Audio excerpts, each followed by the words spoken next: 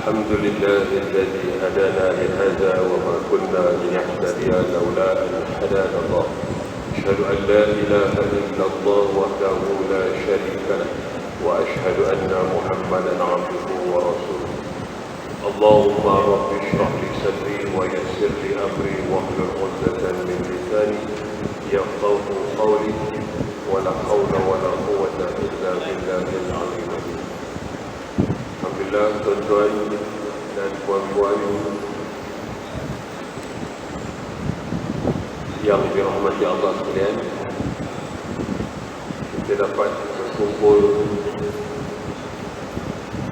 beriktikaf di atas rumah Allah yang mulia ini untuk tidak lain dan tidak bukan untuk satu tujuan, mengabdikan diri kepada Allah Subhanahu wa taala.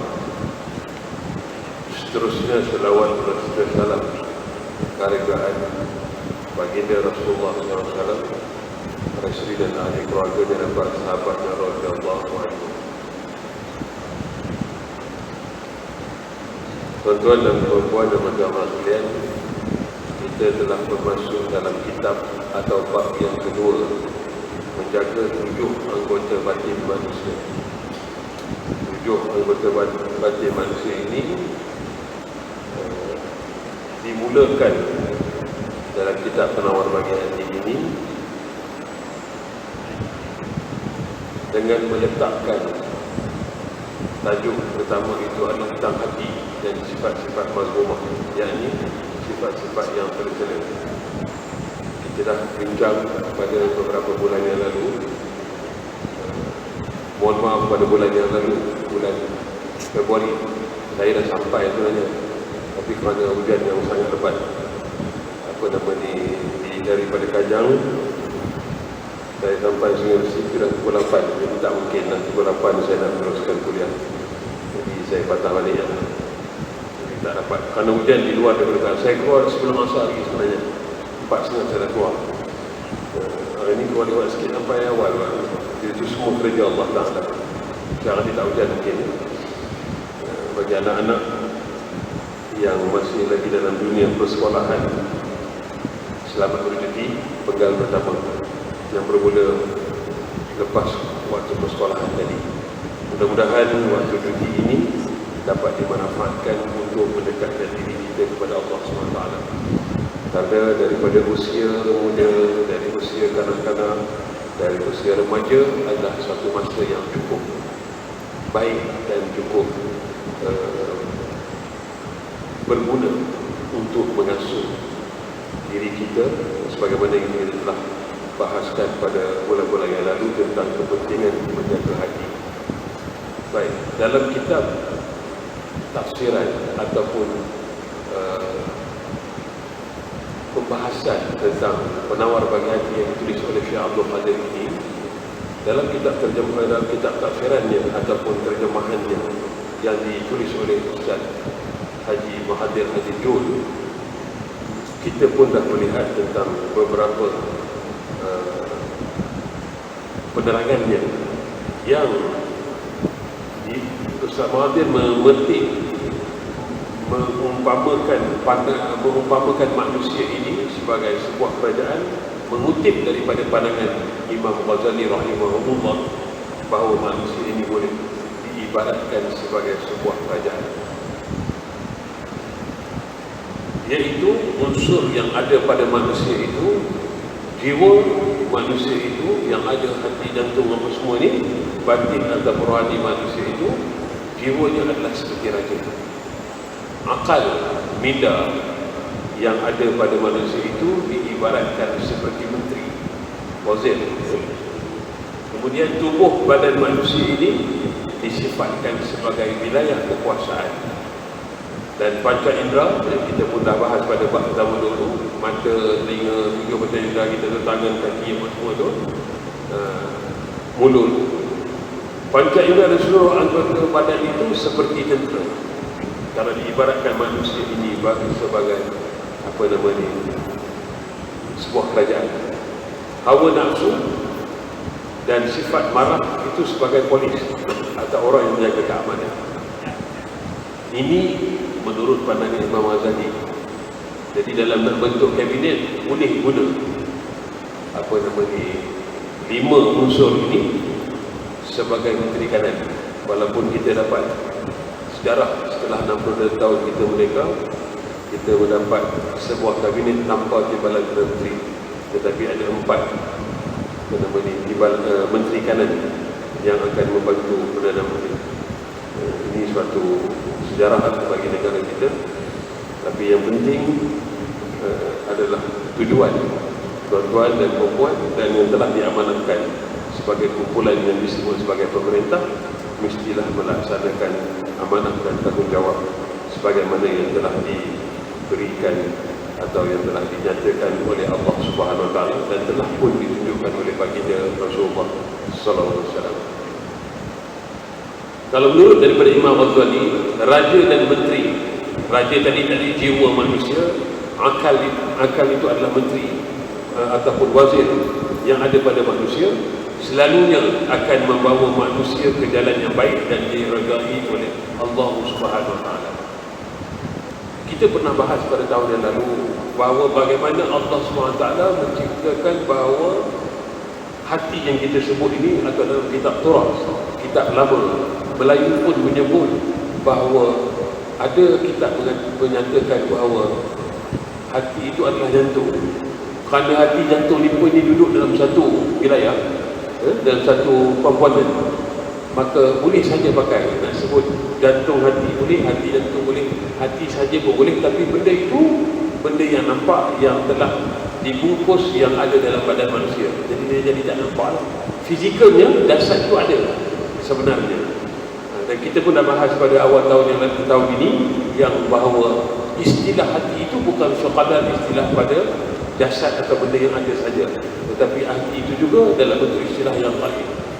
Inilah yang memberi suatu perbezaan pemahaman kita tentang bagaimana Allah Ta'ala mencipta manusia ini dengan begitu indahnya, bahawa bila ditelaah secara lebih mendalam, di jantung hati atau hati manusia itu ada unsur lain yang pernah kita bincangkan pada tahun yang lalu, bahawa selain daripada yang kita sebut hati-hati ini atau jantung hati ini, dia ada unsur lain. Dalam rumah jantung hati ini, dia ada lubun dan dia ada fu'ad. Fu'adun ini adalah akal, minda yang bersifat kita kata ghaib, yang sangkut paut duduk dalam wilayah jantung hati manusia. Bagaimana akal di hati ini memberi isyarat, memberi perintah kepada akal di kepala, di otak kita, yang pun tak nampak. Bila kita bedah, potong kepala, baru nampak otak itu. Isyarat ini untuk dapat memerlukan masa yang lama. Dia tak datang sekelip mata. Bila kita boleh dapat, ini tergantung amal ibadat yang kita tekuni dalam hidup dan kehidupan kita. Namun hal ini tak mustahil untuk kita lakukan dalam kehidupan kita. Sebab itu suara hati yang selalu berbisik di hati kita, dia akan bertarung dengan hawa nafsu. Hawa nafsu ni dia banyak mengajak manusia untuk buat benda yang tak baik. Sebab itu Imam Ghazali pun sebut raja yang disebutkan jiwa tadi, yang ada rohani, yang ada hati jantung manusia ni, selalunya akan memimpin, memandu manusia untuk buat benda baik. Ini sifat dia. Sementara hawa nafsu dan sifat marah, ini akan membawa dan membimbing, mengajak manusia ke jalan yang sesat dan dimurkai oleh Allah Subhanahu Wa Taala. Jadi sebab itu kita kena menyemai, kita kena membajai hati kita atau jantung hati kita, supaya rohani kita sentiasa disirami oleh zikrullah ataupun zikir-zikir untuk mengingati Allah, sebagaimana yang tuan-tuan dan puan-puan pun telah pun lakukan. Yang sekurang-kurangnya kita berzikir Allah, Allah, Allah misalnya, dan subhanallah, kita menyatakan akan maha sucinya Allah, Alhamdulillah, bersyukur kepada Allah Ta'ala. Allahu Akbar, kita mengagungkan Allah. Dan kita selalu banyak beristighfar kepada Allah Subhanahu Wa Ta'ala dengan sekurang-kurangnya kalimah Astaghfirullahaladzim. Selain daripada itu, kita berselawat kepada baginda Rasulullah SAW. Allahumma salli ala Muhammad, Allahumma salli ala Sayyidina Muhammad wa ala ali Sayyidina Muhammad. Dan zikir-zikir lain yang Imam Ghazali pun ada letakkan atau susunkan daripada hari Ahad sampailah hari Sabtu, yang mungkin ada di kalangan tuan-tuan dan puan-puan lakukan, yang pernah kita bincangkan. Kita lihat, kalau lihat angka 1000 ni kita rasa susah, tapi kalau kita selalu buat 1000 tu rasa baru pada enjin je, ibarat kepada kenderaan. Kerana sebab itu amalan-amalan ulama tasawuf dia tak main 1000, dia main angka puluh dan 100,000, malah juta sekalipun. Yang lebih kita kena faham, masalah mampu tak mampu buat 1000 ke 100 ke, itu soal nombor 2. Yang penting adalah ingatan. Zikrullah itu maksudnya ingat, mengingati Allah Ta'ala. Malahan ulama meletakkan suatu pengertian bahawa meninggalkan sesuatu larangan Allah itu juga disifatkan sebagai zikrullah. Maksudnya kita mengingati Allah, tak buat sesuatu yang diharamkan, maka kita tak buat benda itu. Dah ada niat nak buat tapi kita tak jadi buat, maka benda itu juga termasuk zikrullah. Maksudnya kita tak melakukan sesuatu benda yang diharamkan, termasuk benda yang dimakruhkan juga. Dan benda yang kita lihat sekali ianya tak ada apa-apa, makruh kan, buat tak dapat pahala, tapi ditinggalkan, buat tak dapat dosa tapi ditinggalkan adalah lebih baik kerana benda itu benda makruh. Jadi kalau tak buat dapat pahala lah, kalau kita buat taklah dosa. Benda itu pun sama. Itu antara benda yang baik. Seperti orang lelaki misalnya, kalau hari Jumaat tadi tak dianjurkan untuk makan makanan yang boleh mengeluarkan bau, boleh merangsang bau. Peluh kita akan berbau yang agak kuat, seperti makan bawang misalnya, tak boleh. Dan sayur-sayuran lah yang ada dalam negara kita ni, sayur-sayur mentah seperti jering, petai, tak berapa elok kerana dia akan menyebabkan mulut kita berbau. Nanti kita bagi salam kat sebelah kanan dan orang sebelah kanan akan berbau. Begitu juga di sebelah kiri. Hari Jumaat kalau kita ramai, maka kita tak digalakkan. Hari lain nak makan, makanlah terserah. Tapi kalau sebaiknya jangan selepas makan tu kita pergi sebagai doa. Jarakkan sikit lah. Kalau makan tengah hari selepas zuhur, datang asar, itu bolehlah kita terima. Tapi kita kena ingat, menjaga keselesaan orang kiri kanan kita, depan belakang kita adalah juga salah satu daripada tuntutan dalam semangat untuk mendirikan solat berjemaah itu sendiri. Justru itu untuk mewujudkan ketenangan dan kebahagiaan dalam kerajaan yang menurut pandangan Imam Ghazali rahimahullah tadi, bahawa iaitu kerajaan itu ialah diri manusia sendiri, maka kekuasaan raja yakni jiwa tadi dan menteri yang akal tadi mestilah lebih tinggi sehingga mampu mengatasi kekuasaan hawa nafsu dan juga sifat marah itu tadi.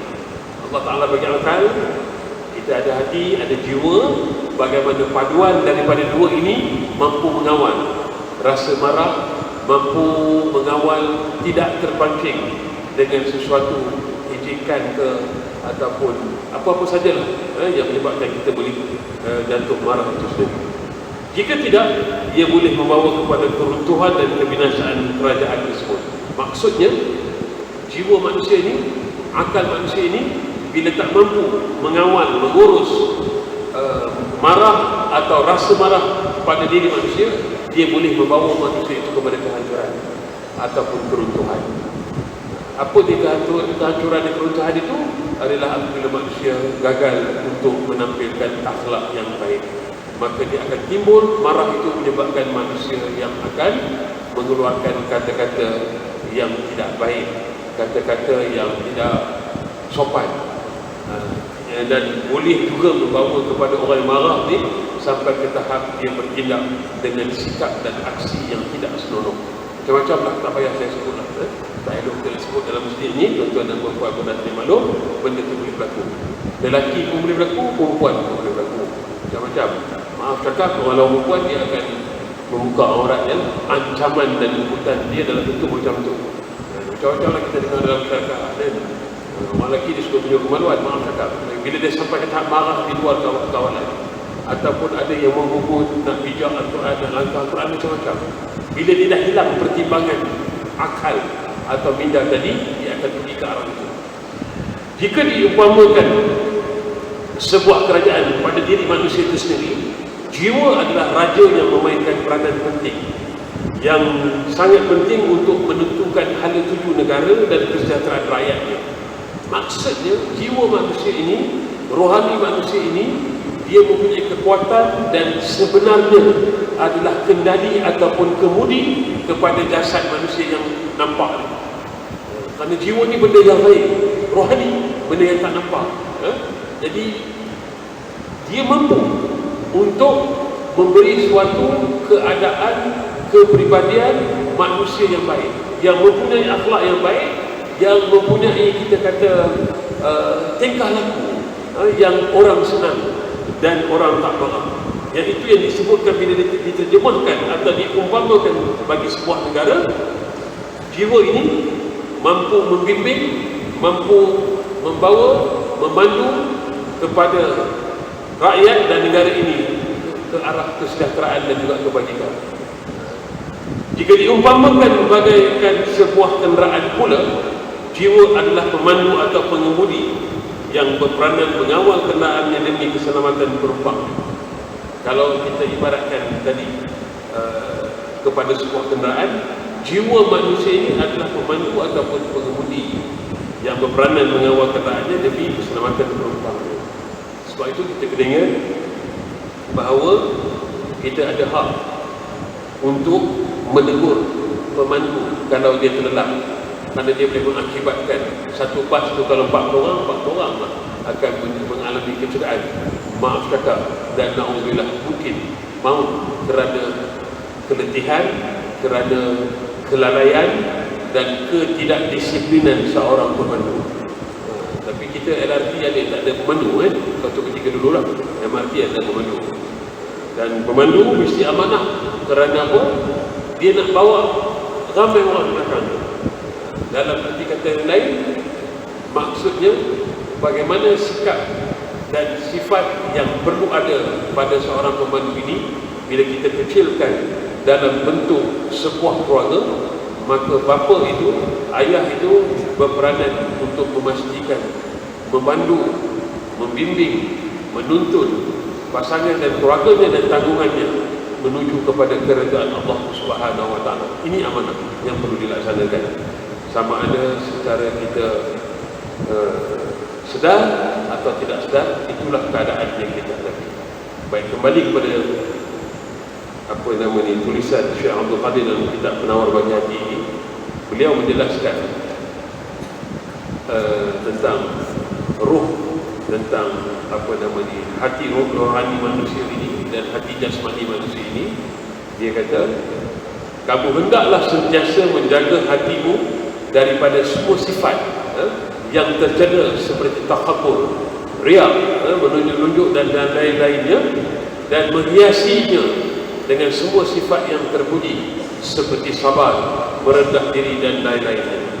Jika dirujuk kepada pandangan Imam Al-Haddad, beliau mengatakan bahawa akhlak-akhlak yang terpuji dan akhlak-akhlak yang terkeji telah pun dibicarakan dengan terperinci sekali oleh Hujjatul Islam Imam Ghazali rahimahullah, sebagaimana kita sedia maklum dalam kitab, salah satu daripada kitab agung Ihya Ulumuddin, dalam bahagian kedua tentang perkara-perkara yang menyelamatkan dan perkara-perkara yang boleh membinasakan seseorang manusia. Yang pertama, Allah SWT mengetahui apa yang terdapat di dalam hati manusia. Beberapa tahun lalu kita dah sentuh tentang hal ini. Maksudnya benda yang terlintas di hati ini, pasangan kita, mak ayah kita, mertua kita, majikan kita pun tak tahu yang terlintas di hati. Maka bila keadaan itu berlaku, kita kena berlaku jujur kepada diri kita. Sebab itu, jika Allah tidak menutup aib kita, kita semua ni macam-macam bentuk rupa kita yang sebenarnya.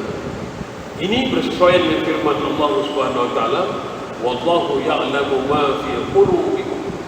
Dalam surah Al-Ahzab, surah yang ke-33 ayat yang ke-51, Allah Taala berfirman, mafhumnya, dan ingatlah Allah mengetahui apa yang ada di dalam hati kamu. Jadi kita tak boleh nak sorok. Dengan mak ayah kita, kita bolehlah apa nama ni, mengadakan helak sehingga tak terbau atau tak ternampak akan kesalahan kita. Tambahan dengan keadaan, dengan zaman yang ada sekarang ni, walaupun ada kecanggihan yang ada pada telefon pintar atau smartphone, tetapi jangan silap, kadang-kadang manusia itu boleh terbuka sesuatu yang ingin dia sorokkan atau sembunyikan itu. Oleh itu, hendaklah kita benar-benar takut kepada Allah SWT yang mengetahui akan kejahatan kita, walaupun apa yang ada terlintas dalam hati kita. Ini suatu pelajaran, suatu keadaan yang kita kena halusi secara apa kita kata, penuh dengan keimanan, supaya kita tidak apa kita kata terjerumus, atau kita tidak terpengaruh, atau kita tidak leka, kita tidak lalai dengan pujuk rayu syaitan yang memang kerja dia melalui hawa nafsu. Memang dia pujuk manusia supaya manusia tidak mengingati Allah Subhanahu wa taala. Dan kita kena ingat bahawa manusia ini dicipta oleh Allah Subhanahu wa taala, dan manusia ini dia apa kita kata kita ni datang daripada Allah dan ditugaskan, diamanahkan untuk hidup di atas muka bumi ini, tidak lain dan tidak bukan adalah untuk berbakti dan mengabdikan diri kepada Allah SWT semata-mata kerana Allah Ta'ala. Dan bila tiba sampai masanya, maka kita ini sebenarnya menunggu giliran untuk menemui Allah Subhanahu wa taala. Tidak kira berapa umur kita, remajakah kita, dewasakah kita, ataupun sudah berusiakah kita, warga emas dan seumpamanya, kita sebenarnya sedang beratur menunggu giliran. Cuma kita tak tahu kita saja. Malaikat ni, Malaikatul Maut hari-hari lalu lalang. Dia lalu lalang, cuma dia tak bagi salam. Kalau dia bagi salam, kita jawab, qalu inna lillahi wa inna ilaihi raji'un. Setiap hari dia lalu lalang. Dan Allah tak menzahirkan, tak menampakkan, tak menjelmakan. Kerana malaikat ni, dia punya kedudukan. Malaikat ini, dia punya apa nak sebut dia? Dia punya gelombang dia, dia punya kekuatan dia punya dimensi dia berbeza dengan manusia. Sebab tu ada hikmah Allah tak menzahirkan malaikat itu sendiri. Kerana manusia tak boleh, nur malaikat itu tak sama dia punya gelombang dengan manusia. Sebab tu Allah tak zahirkan. Kita datang Masjid Surau ni, ada malaikat yang Allah tugaskan untuk melindungi kita semua. Cuma tak dizahirkan. Kalau dizahirkan, takut kita demam, pingsan, tergolek begitu, tak sampai masjid. Dan kerana dia punya aura dia berbeza, gelombang dia berbeza. Jadi sebab tu dalam kehidupan kita, kadang-kadang kita terjatuh ke atau ditimpa kemalangan misalnya. Kalau kita lihat pada zahirnya, kemalangan itu memang membawa maut. Dan itu saya pernah hadapi sendiri, dan kurang 10 tahun yang lalu. Tetapi dengan bantuan malaikat tadi, kita boleh hidup lagi. Sebab tu kita kena banyak syukur pada Allah SWT. Dalam hal lain pun sama. Kita terjatuh, tergelecek dekat tangga misalnya. Kalau pada adatnya, boleh macam-macam berlaku. Patah pinggang, patah kaki, patah tangan misalnya. Macam-macam berlaku. Tapi dengan kuasa Allah, kita tak nampak, dan benda tu raib. Dan benda tu ada. Malaikat yang menahan, yang melindungi kita sebenarnya. Belum masa saja. Maka sebab itu kita pun, kerana kita banyak berdoa, kita banyak berzikir kepada Allah, semua itu sangat membantu untuk malaikat itu berada dekat dengan kita. Apatah lagi kita berniat baik untuk datang mendirikan semayang ni, berjemaah lagi, maka memang Allah Ta'ala arahkan malaikat menjaga kita.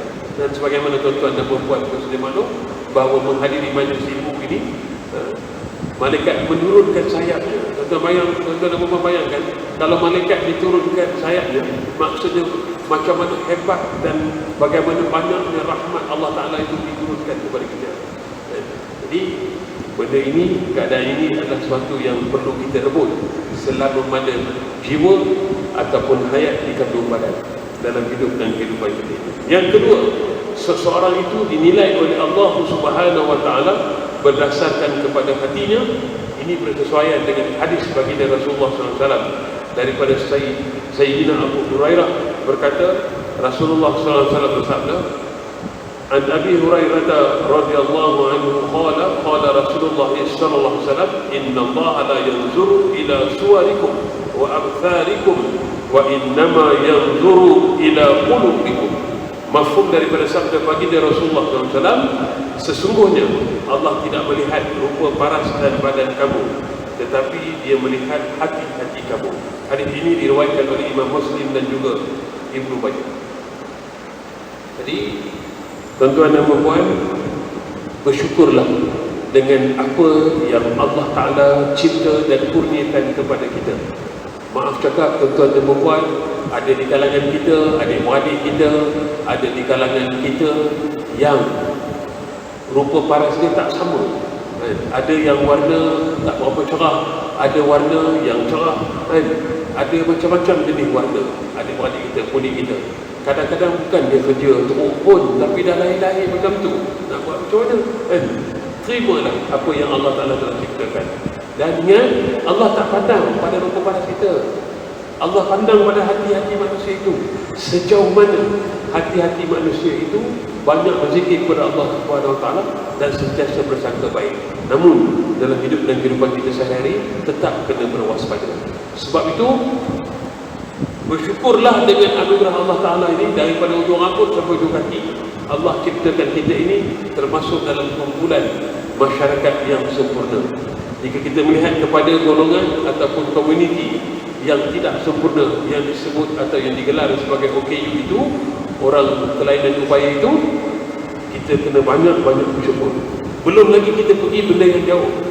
Dalam keadaan Allah Ta'ala cipta kita yang sempurna ini pun masih ramai di kalangan kita yang tidak bersyukur kepada Allah SWT dalam arti kata yang sebenar-benarnya.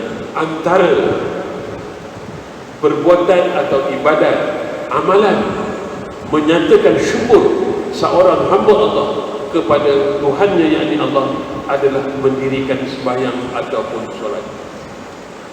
Kita belum lagi dengan suasana yang ada sekarang ni, bagi negeri atau wilayah persekutuan ini belum keluar lagi warta ataupun kenyataan pengumuman bagi orang lelaki di sana untuk tidak sembahyang Tuhan. Di negeri Perlis mulai hari ini, negara jiran kita Singapura sama tidak membenarkan orang Islam mendirikan solat Jumaat. Walaupun ada pandangan yang bersetuju dan tidak bersetuju, itu soal nombor dua. Sebagai mengambil langkah berjaga-jaga dan berhati-hati, dalam Islam pun dibenarkan. Menteri Agama yang baru menyatakan bahawa boleh dengan beberapa syarat yang tuan-tuan dan puan-puan pun sedia maklum, seperti mengambil wuduk atau air semayang siap-siap dekat rumah, kerana tak mahu banyak kita berhubung dan tak digalakkan kita bersalaman sebenarnya. Bila tuan-tuan dan puan salam, saya bersalam kerana tuan-tuan nak bukan membuat tapi kalau nak ikut saranan tidak digalakkan. Bukan untuk sombong, tak, hanya sekadar untuk duduk dan meletakkan tangan di dada sahaja sebagai tanda hormat. Tapi kita dah biasa dalam adat kita, macam mana pula tak salah kan? Tapi tuan-tuan kena faham, keadaan sekarang dia bukan lagi kuman itu berlaku pada beberapa negara yang disebut sebagai epidemik, istilah dalam kesihatan. Dia dah jadi epidemik. Epidemik maksudnya wabak itu bukan pada beberapa negara, tapi sudah merangkumi seluruh dunia. Lihat tuan-tuan dan puan, bagaimana Allah SWT benda ni, benda yang kadang-kadang manusia tak percaya kepada benda lain. Kuman tu dia nampak, tak semua kuman tu dia nampak. Pergerakan kuman, virus, COVID-19 ni, coronavirus ni, boleh nampak. Mungkin dengan menggunakan peralatan yang sangat canggih baru kita nampak, tapi tidak nampak sejelas ataupun zatnya yang sebenarnya. Dan dia berkembang melalui udara, dia berkembang melalui udara, bukan sentuhan. Jadi itu antara benda yang lain sebenarnya. Dengan kuman itu kita takut, tetapi dengan dosa dan pahala, dengan dosa yang Allah Ta'ala kata itu ada, yang bersifat lain, kita tak takut lah buat dosa. Sedangkan dosa itu dahsyat pada kuman itu. Walaupun kuman itu dari sudut kesihatan pun hebat dan dahsyat, tetapi manusia kena faham bahawa keagungan Allah SWT itu boleh menjadikan sesuatu. Walaupun kuman ini, kalau menurut suatu sumber, dicipta atau direka oleh manusia melalui kajian-kajian yang tertentu. Sebagaimana tuan-tuan sudah maklum, pada awal-awal kuman ini berkembang, pengakuan daripada salah seorang tenaga penyelidik tentang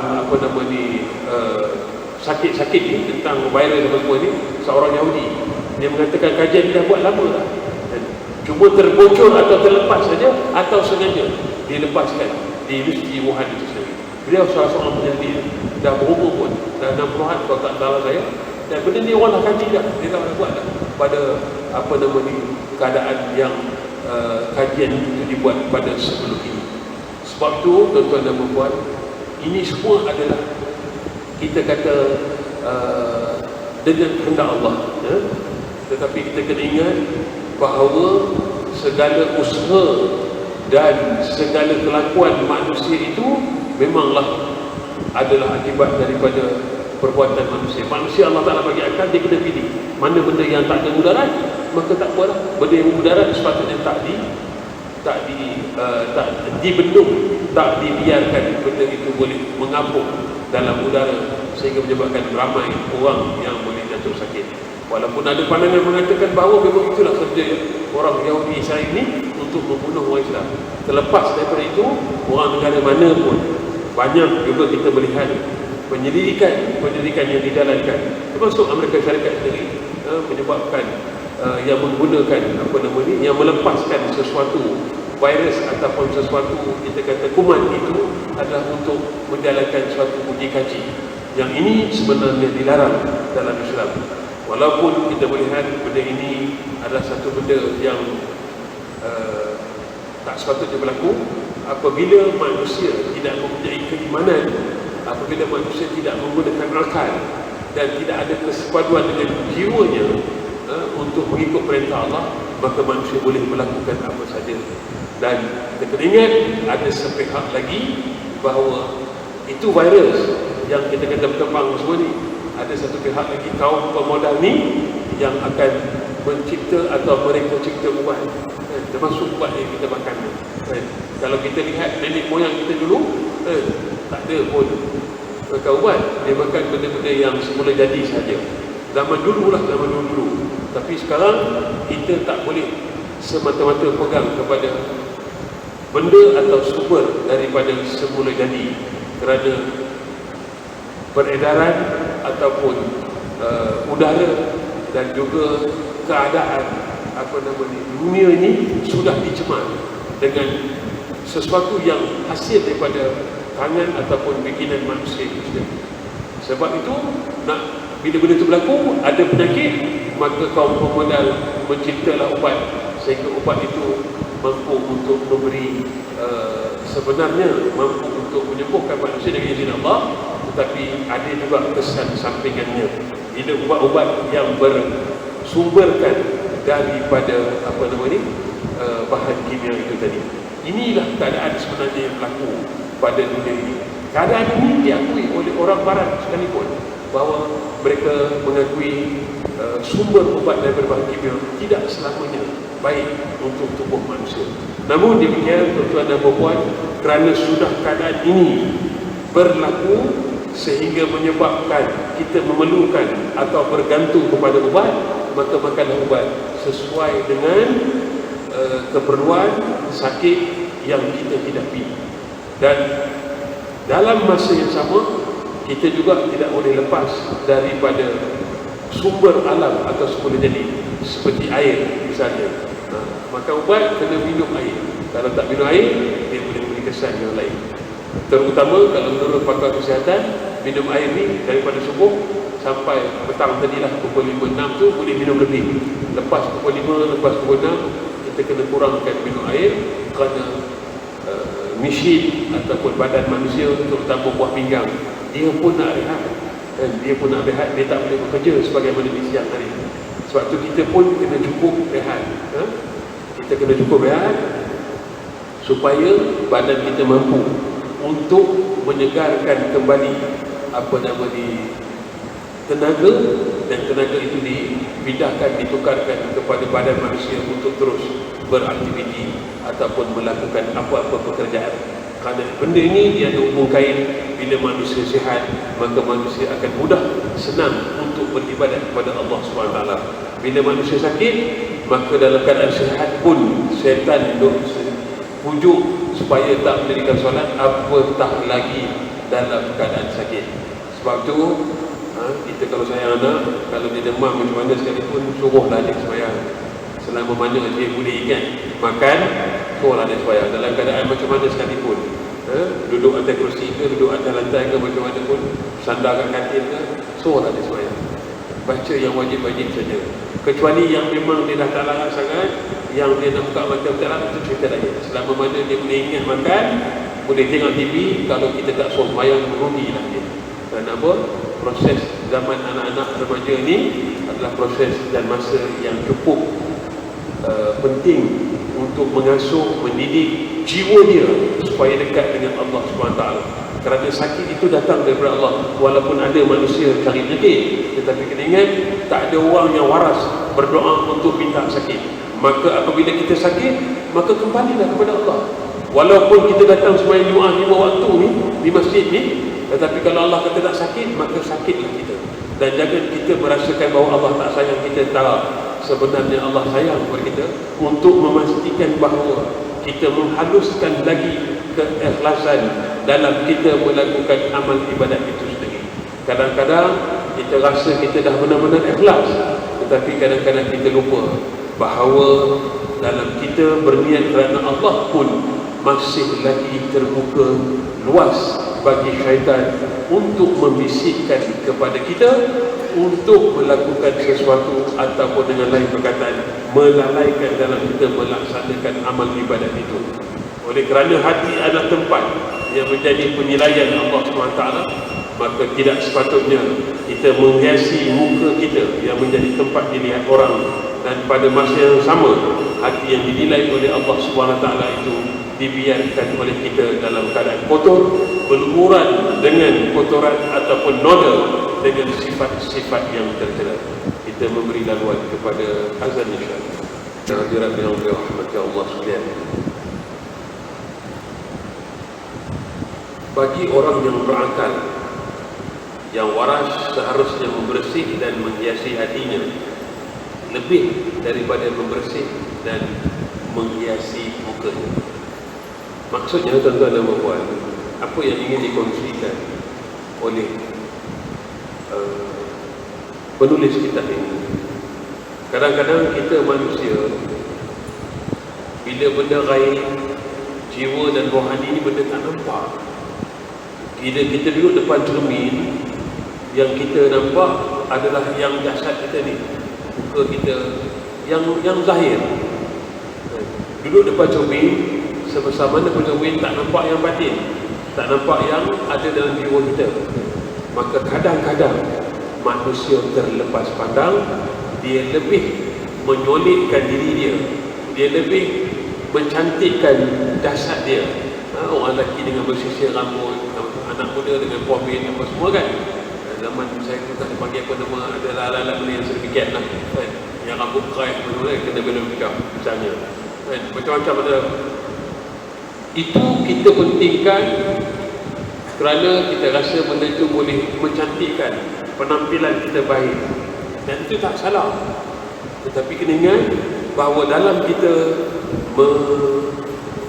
menghiasi, mendandan, bersolek ni, baik lelaki atau perempuan, lelaki dengan berbagai fashion rambutnya macam-macam, selama mana benda itu kita berada dalam keadaan sedar bahawa yang dituntut di sisi Allah SWT itu bukan sekadar luaran kita, tetapi yang lebih perlu diutamakan adalah dalaman manusia itu, yang mana puncanya, paksinya adalah jantung hati manusia atau jiwa rohani manusia itu sendiri. Kerana apa? Hati jantung manusia ni, dia adalah merupakan induk sebenarnya kepada fizikal ataupun jasad manusia yang kita nampak zahir boleh kita lihat melalui mata kasar ini. Sebab itu tuan-tuan dan puan-puan, kita kena ingat bahawa dalam kehidupan ini kita kena mengimbangkan dan sebaiknya melebihkan keperluan. Kalau boleh kita pinjam perkataan makanan yang kita makan untuk jasad itu, kita ada jadualnya, keadaan yang sama kita kena pastikan bahawa makanan rohani ini juga kita sama jadualnya. Kalau 3 kali sehari semalam kita makan, tak kira berat ringan, untuk makanan jasmani, untuk tubuh badan kita, benda yang sama juga perlu kita pastikan kita makan ikut jadual ni untuk rohani kita. Malahan untuk keperluan rohani manusia ni, untuk jiwa manusia ini perlu dilebihkan. Saya pasti tuan-tuan dan puan-puan pun dah lakukan keadaan atau perkara ini dalam kehidupan kita sehari-hari. Cuma bagaimana kita dah makin naik umur ni, setiap orang yang dah makin naik umur, baik anak remaja setiap tahun akan naik umur, sambut hari lahir dan seumpamanya, tak sambut pun tak salah, tapi dia kenal bahawa umur dia dah naik, maka perbuatan, amalan mesti naik atau mempertahankan yang sedia ada dengan menghalusi niat kita melakukan kerja itu atau amal ibadat itu semata-mata kerana Allah Subhanahu Wa Taala, bukan lagi kerana suruhan perintah mak ayah kita, tidak, tetapi kita sudah ada suatu kesedaran bahawa kita melakukan amal ibadat itu adalah semata-mata ikhlas kepada Allah Subhanahu Wa Taala, bukan lagi kerana kepentingan sesiapa pun, termasuk majikan. Ada orang sembahyang Jumaat kerana majikan pun ada. Ada orang solat duha di pejabat kerana nak menagih simpati daripada majikan pun ada. Bukan salah, tetapi bagaimana menghalusi untuk melakukan amal ibadat itu. Mula-mula memang majikan suruh, tetapi macam mana benda itu datang dari kesedaran, dari lubuk hati yang dalam ini. Menteri Agama baru menganjurkan solat duha berjamaah pada hari kedua atau hari ketiga selepas dia mengangkat rumah. Itu suatu keadaan yang cukup baiklah. Pada waktu itu, waktu dia bagi salam, dia akan nampak lah berapa ramai orang kaki tangan di jabatan dia yang tak ada. Sebab itu timbul bagaimana ramai di kalangan itu di pejabat menteri yang tidak ikut jadual waktu yang sepatutnya, kecuali yang ada tugas kerja di luar, itu cerita lain. Tapi maksudnya bagaimana untuk menghalusi. Kita dah kata kita ikhlas ni untuk datang solat berjamaah dan seumpamanya, tetapi keikhlasan kita itu sejauh manakah benar-benar ianya mempunyai suatu kekuatan dan juga muatan lillahi ta'ala itu. Ini benda yang sangat halus tuan-tuan dan puan. Antara kita dengan pasangan kita pun berlaku benda ini, bukan tak berlaku. Baik suami baik isteri sama je, benda ini berlaku. Kita kena ambil suatu pengajaran. Bila kita umur dah makin naik ni, amal ibadat kita walaupun sama, tetapi niat tu kena jaga dan benar-benar pastikan dia ikhlas kepada Allah Subhanahu Wa Taala. Macam mana nak tahu ikhlas tak ikhlas? Kita saja yang tahu. Kita saja yang boleh mengukur benda tu. Nak ambil contoh macam kita suruh anak kita. Kita suruh anak kita buat sesuatu. Pertama tengah dia pegang smartphone, game tak habis ni. Game bola lah misalnya, sikit lagi tak habis. Kita suruh dia ambil atau lakukan sesuatu. Dia habiskan game tu dulu ke dia pergi ambil? Tergantung kepada iman anak-anak kita. Kalau anak yang soleh dan solehah, dia akan pause, dia akan tutup game tu atau apa yang dia lihat tu. Dan dia kena melaksanakan perintah atau suruhan mak ayah. Itu satu. Waktu dia melakukan suruhan mak ayah tu, macam mana dia melakukan suruhan tu. Kalau dia ambil barang, cara dia letak tu berbunyi lah. Kalau dia campak tu berat lah. Kalau dia letak berbunyi pun sebenarnya belum cukup ikhlas dia. Kerana dia anak. Macam mana pun anak ni dia tak boleh lawan mak ayah, walaupun dia hebat macam mana sekalipun. Dia tetap kedudukannya sebagai anak. Sebab tu anak dalam melayani, dalam melaksanakan tanggungjawab, menyambut suruhan mak ayah, dia bagi barang pun di situ dapat dinilai ikhlas atau tidak. Ada yang sambil bangun akan mengeluarkan berdengus, dia bunyi, itu tak apa ikhlas. Memang dia bangun, tapi dia ada muzik iringan itu, tindakan itu sebenarnya melambangkan tidak ikhlas. Sama juga kita. Cuba tengok kita takbiratul ihram pada waktu subuh dengan pada waktu sembahyang Jumaat tadi atau maghrib tu, nada dia lain. Lagu taranum Allahu Akbar tu lain. Kalau apa nama subuh, biasa dia bunyi dia agak kasar sikit. Senang tak tidur, kena bangun. Dia punya Allahu Akbar tu lain. Tak sama dengan maghrib atau isyak ataupun Jumaat tadi. Pasal bateri tak berapa cukup cas ni, tidur dia rasa tak cukup, dia rasa tak cukup. Sebenarnya cukup dah, 8 jam cukup dah sebenarnya. Siapa suruh tidur lewat? Bila bateri tak boleh cas, Allahu Akbar ni lain bunyi dia, Allahu Akbar kan bunyi lain. Kenapa tak boleh nak mengalunkan dengan lebut? Ni kita menghadap Allah ni. Di situ antara ukuran. Sebenarnya tuan-tuan dan puan-puan pun dah sedia maklum.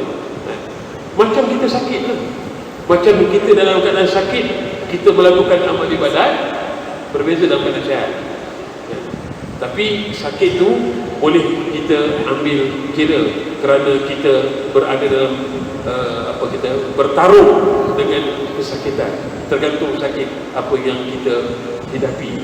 Namun demikian, kalau menurut Imam Ghazali, rasa sakit pun tak boleh menyerang, sampai ke tahap tak boleh menyerang, kecuali sakit yang amat sangat. Kenapa?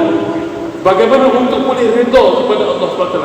Memang bukan senang, tuan-tuan dan puan, untuk kita melakukan benda ini. Sekadar untuk kita berkongsi bagaimana dalam kita mempelajari ilmu tasawuf ini, untuk kita memperelokkan amal ibadat kita, supaya kita benar-benar melaksanakan perintah Allah itu adalah kerana Allah, tanpa ada sedikit pun iringan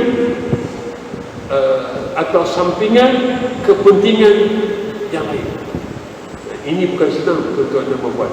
Anak muda kadang-kadang dia datang ke masjid surau, dia ikhlas turun daripada rumah. Bila dia naik motor, dia akan jadi benda-benda yang boleh mengganggu keikhlasan dia.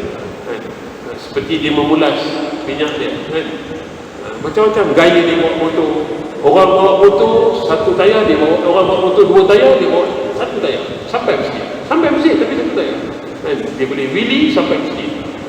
Ya, alhamdulillah dia sampai masjid. Yang tak sampai masjid, yang jatuh lengkang, yang masuk balik, wheelie bawa motor.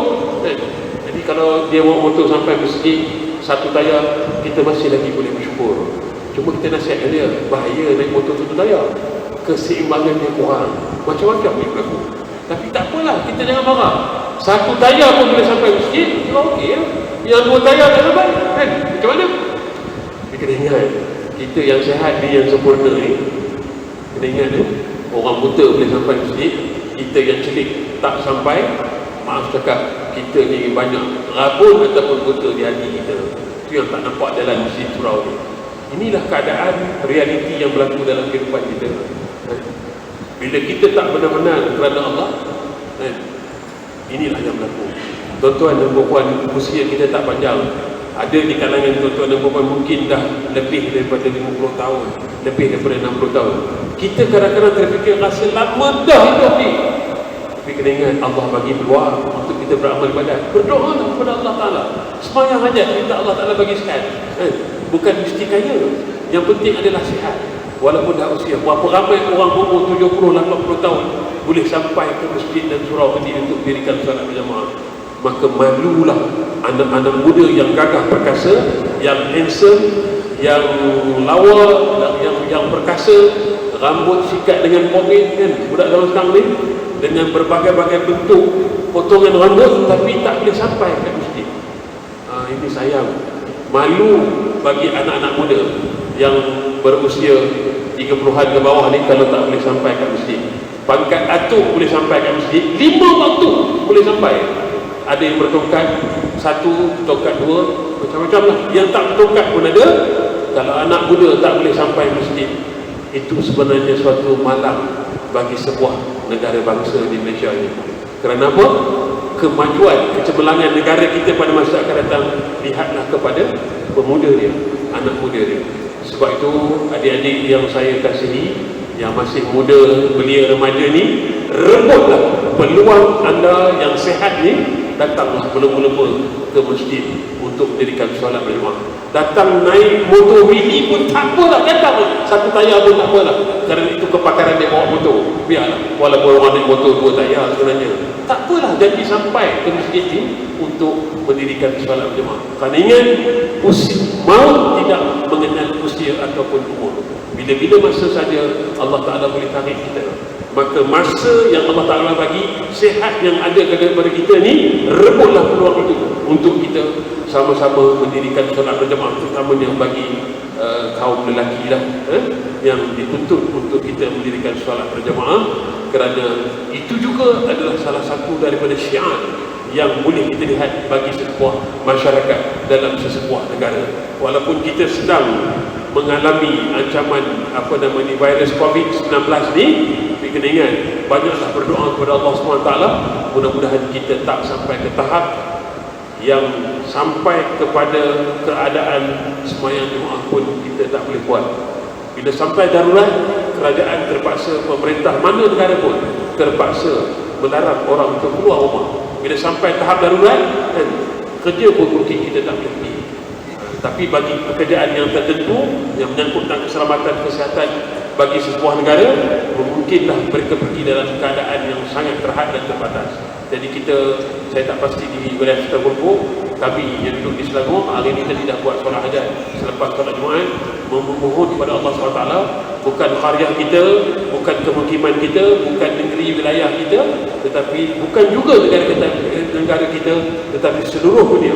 Allah Ta'ala tarik baliklah segala virus kuman ni sebagai sekadar untuk kita ingat. Dalam pada itu pun ada manusia yang masih belum ingat akan peringatan daripada Allah Subhanahu Wa Taala ini. Dan kita kena ingat ya, tuan-tuan dan puan-puan, bahawa kehebatan yang ada pada Allah Subhanahu Wa Taala di luar daripada jangkaan capaian minda manusia. Sebab itu kita kena sentiasa bersedia, sebagaimana kita sentiasa bersedia untuk mati. Walaupun banyak benda, terutama anak-anak muda yang masih belum dikerjakan, tetapi kena ingat, dalam kita belajar, dalam kita bekerja misalnya, mesti siapkan bekalan untuk kehidupan di hari akhirat, yang mana negeri akhirat itu adalah bersifat kekal abadi. So kalau itu yang dapat saya kongsikan dengan tuan-tuan dan puan-puan mati Allah sekalian, mudah-mudahan ada baiknya untuk diri saya sendiri dan untuk tuan-tuan dan puan-puan yang dirahmati Allah sekalian, dan mudah-mudahan Allah Subhanahu Wa Taala mengumpulkan kita semua menjadi penghuni syurga Allah Subhanahu Wa Taala. Dan mudah-mudahan kita berdoa kepada Allah Subhanahu Wa Taala untuk menghindarkan dan mengangkat segala kuman, virus, penyakit yang berjangkit-jangkit ataupun tidak berjangkit-jangkit yang tertular dalam negara kita maupun negara jiran dan dunia ini.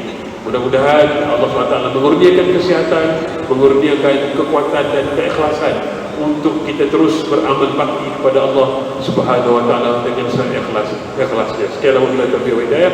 Wassalamualaikum warahmatullahi wabarakatuh. Subhanakallahumma wa bihamdika, subhanakallahumma wa bihamdika, asyhadu an la ilaha illa anta wa astaghfiruka wa atubu ilaik. Bismillahirrahmanirrahim. Wa asna min sana la fi khus illa alladhina amanu wa 'amilus solihati wa tawassaw biha wa tawassaw bis sabr.